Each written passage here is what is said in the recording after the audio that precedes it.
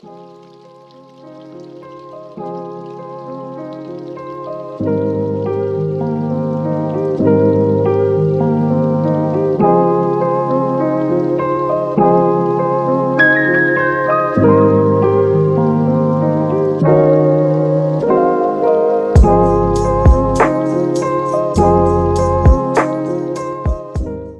tu vas? J'espère que tu vas bien. Comme tu peux le voir, on est dans un cadre un petit peu différent. Là actuellement tu es dans mon placard de cuisine, mais c'est parce que je voulais faire une vidéo un petit peu en mode vlog, parce que quand j'ai rencontré certains d'entre vous au salon, vous m'avez dit que c'était quelque chose qui vous plaisait. Donc du coup je vais juste vous faire un petit vlog aujourd'hui. Je pense que je vais filmer sur 2 jours parce qu'aujourd'hui j'ai pas grand chose à faire à part travailler un peu sur mon ordi, et demain c'est le jour où mon amoureux est en congé, donc on va peut-être faire plus de trucs. Donc voilà, là je vous emmène faire un petit vlog.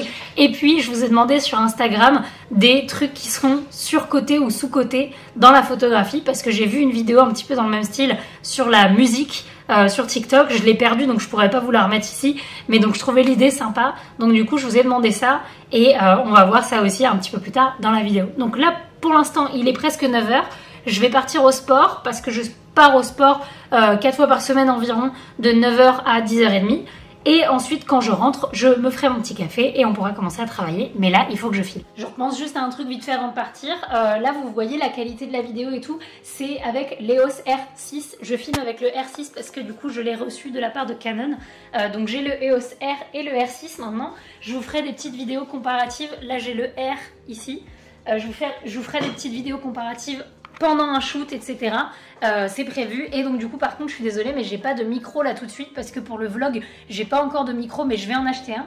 Donc voilà, j'espère que le son sera quand même bien, et j'espère que l'image vous plaît. Et puis je vous ferai bientôt des vidéos un petit peu plus en profondeur sur l'EOS R6 et l'EOS R.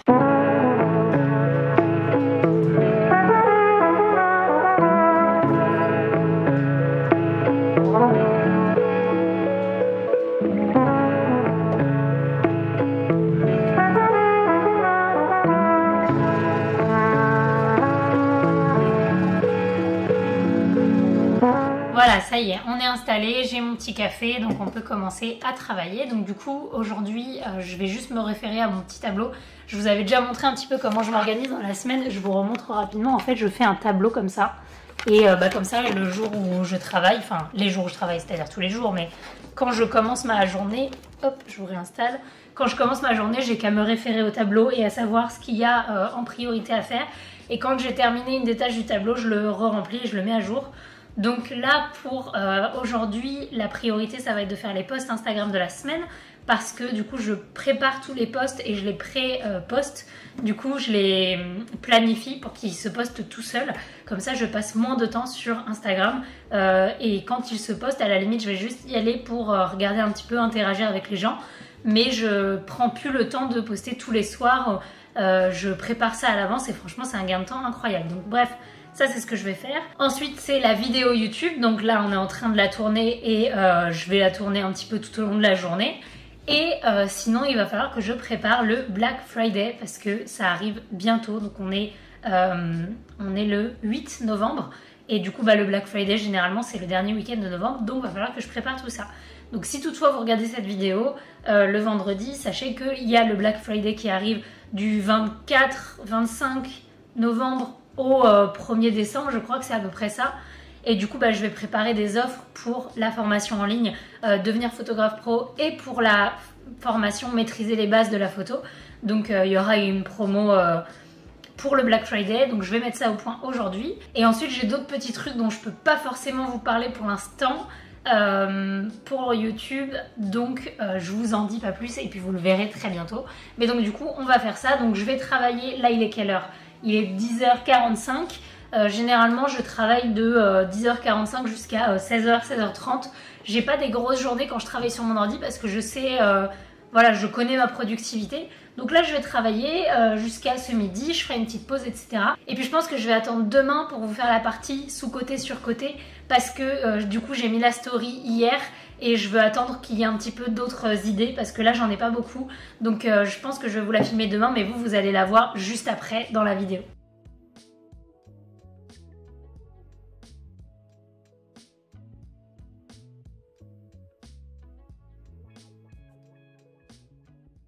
Hello alors là du coup on est le lendemain, donc je suis allée promener mon chien. Aujourd'hui c'est le jour de congé pour moi, le jeudi. Donc c'est le jour de congé de mon chéri et du coup je me mets aussi en congé le jeudi généralement. Donc je ne suis pas allée au sport. Et là je suis allée à Leroy Merlin avec mon papa ce matin parce qu'il y a un meuble dans ma chambre que j'ai envie de retaper. Je vais vous montrer, tiens, ça ressemble à ça. Donc excusez le bordel qu'il y a autour parce que du coup j'ai pas rangé pour pouvoir le déplacer et tout, j'ai tout mis dehors. Mais du coup c'est une commode, j'ai envie de la peindre en blanc et de changer les poignées et de reclouer le fond et changer la charnière de la porte pour voilà, que ça aille un petit peu plus avec ma chambre parce que du coup là la déco elle est très blanc et noir et je trouve que ça fait un petit peu trop sombre, surtout que ça cache un peu de la lumière, donc voilà. Donc je vais commencer à repeindre peut-être aujourd'hui les portes. Et puis cet après-midi du coup on va au cinéma pour voir Wakanda Forever, j'ai trop hâte. Si vous le savez pas, je suis une grosse fan du MCU, d'ailleurs vous pouvez peut-être le voir un petit peu avec tous les posters qui sont originellement pour mon amoureux, ça c'est moi qui lui ai fait, c'est moi qui l'ai peint. Et puis après c'est d'autres peintures par nos amis, les parents, etc. Et bref, bah mon chien s'appelle Marvel, hein, comme je veux dire, c'était un petit peu un indice. Ah ma Lulette. C'était un petit peu un indice, et donc voilà, je suis une grosse fan de Marvel. Donc je vous donnerai peut-être mon avis en sortant de la salle sans spoil, pour ceux que ça intéresse. Mais donc voilà, j'ai très hâte parce que ça clôture la phase 4 du MCU. En plus, film hommage à Chadwick Boseman, etc. Donc j'ai trop hâte de le voir, j'espère que ça va être bien.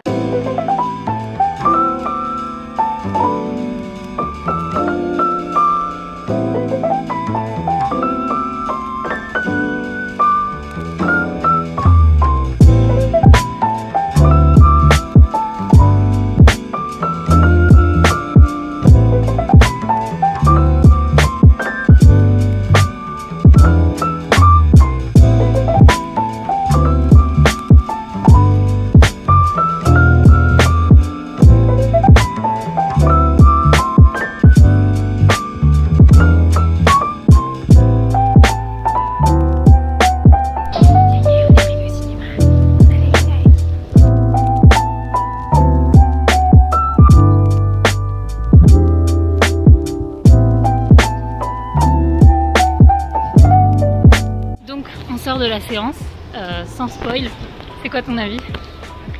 Meilleur Marvel. Voilà, bon du coup je vous filme ça le lendemain finalement parce qu'on n'a pas eu le temps hier avec Flo de faire ça. Donc je vous filme ça maintenant, le surcoté, sous-côté pour clôturer cette vidéo. Donc pour ceux qui n'auraient pas forcément compris ce que c'est, j'ai posté sur mon Instagram une story en expliquant que je voulais faire un surcoté, sous-côté version photographie. Et donc en fait je voulais que vous me donniez des affirmations, du matos, des techniques qui ont rapport avec la photo et je vais donner mon avis sur si j'estime que c'est surcoté ou sous-côté, c'est-à-dire est-ce que j'estime que si c'est surcoté, on en parle trop, on en fait tout un plat, on dit que c'est trop bien alors qu'en fait c'est pas ouf.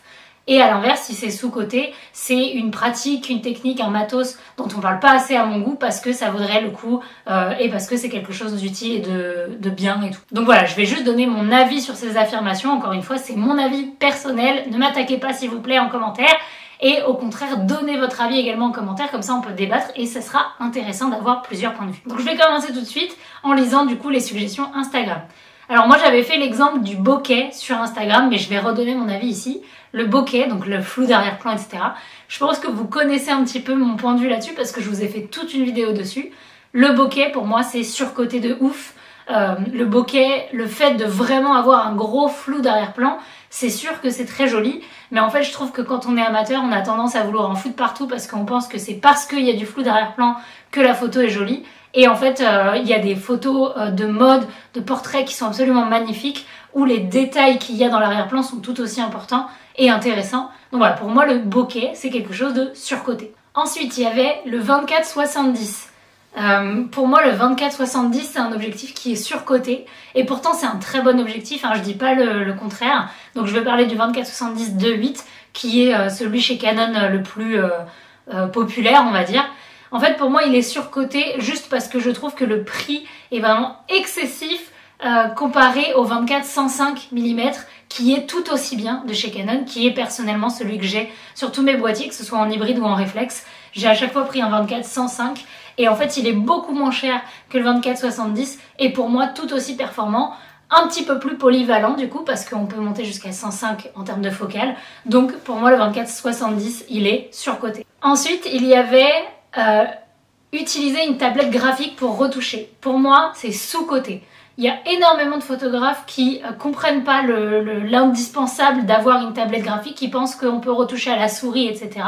Je pense que vous n'avez pas goûté à la retouche de masse avec la tablette parce que vous vous rendez compte direct à quel point c'est un gain de temps, à quel point c'est plus fluide, à quel point c'est plus facile à utiliser, etc. qu'une souris. C'est vraiment pas adapté à la retouche photo, la souris. Donc oui, avec la tablette graphique, que ce soit pour la retouche de peau, pour la sélection, pour plein de choses, je trouve que c'est vraiment hyper utile, voire indispensable. Donc c'est sous-coté à mon avis. Ensuite, on a la Fashion Week. Alors la Fashion Week, pour moi, c'est surcoté, mais à l'extrême, quoi. C'est infini. C'est un milieu et un domaine qui est assez particulier, la mode, et je pense qu'on est tous d'accord là-dessus. Et en fait, la Fashion Week, à moins d'être une influenceuse ou une marque, je pense que en tant que photographe, on n'a pas vraiment de place là-bas. Moi, j'en ai fait une ou deux maximum. Et évidemment, j'avais pas d'invitation pour des défilés, mais même si j'avais eu une invite, faut être vraiment sensible à la création et au designer que tu vas voir. Mais à part ça, le fait de se déplacer pour aller prendre des photos de gens dehors à la Fashion Week et tout, moi ça m'a rien apporté dans mon business. Je l'ai fait du coup une année, faire de la street photo et tout. Et soit on adore faire ça et dans ce cas-là, bah y a pas de souci, on fait ça pour le plaisir. Mais si c'est pour que ça rapporte quelque chose à notre business, des contacts, etc., ça sert à rien, n'y allez pas, vous déplacez même pas, c'est surcoté. Ah là c'est intéressant, alors on a le noir et blanc. Alors le noir et blanc, je vais dire que c'est surcoté par les amateurs parce que je sais qu'il y a beaucoup de photographes amateurs et j'en étais coupable aussi, parce qu'il y a une photo qui est en noir et blanc, elle est forcément plus belle. Ou alors quand on a une photo qui est difficile à retoucher ou qui est juste passable, on pense qu'en la mettant en noir et blanc, ça donne un cachet incroyable et tout. Et donc pour les photographes amateurs, je vais dire que c'est surcoté.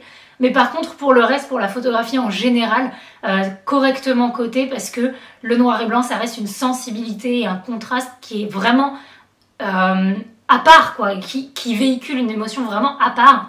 Et donc voilà, je pense que c'est surcoté pour les amateurs, correctement coté pour la photographie en général. Donnez-moi votre avis parce que sur ça, je pense vraiment qu'on n'est pas d'accord, enfin qu'il y en a plein qui sont pas d'accord, donc je veux voir votre avis. Faire une école photo. Alors, moi je pense que c'est surcoté parce que j'en ai fait une et que en effet j'ai pu apprendre de la technique de photo, j'ai pu faire des stages, etc. Mais très honnêtement, je pense qu'on peut apprendre tout ça aujourd'hui avec des formations en ligne, avec à la limite des stages de quelques semaines, mais de faire une école photo sur plusieurs années, 1 ou 2 ans, je pense que c'est surcoté et que c'est pas forcément nécessaire. Si c'est votre moyen d'apprendre et que c'est comme ça que vous préférez apprendre, pourquoi pas. Mais voilà, moi je pense que c'est vraiment surcoté et vous pouvez largement apprendre via des chaînes YouTube comme la mienne et si vous avez envie d'aller un petit peu plus loin, via des formations en ligne. Comme ça vous le faites à votre rythme et je pense que ça suffit largement. Ah, ensuite on a un gros sous-côté là pour moi, c'est LinkedIn. LinkedIn pour moi c'est sous-côté et j'en parle dans mes formations en ligne et tout. C'est le réseau qui est sous-côté et qui est trop mis de côté d'ailleurs parce que LinkedIn c'est vraiment un réseau hyper important pour quand on veut développer son activité de photographe. C'est le réseau numéro 1 quand on veut faire du B2B, donc c'est-à-dire quand on veut s'adresser à des professionnels, donc des marques, des entreprises, etc.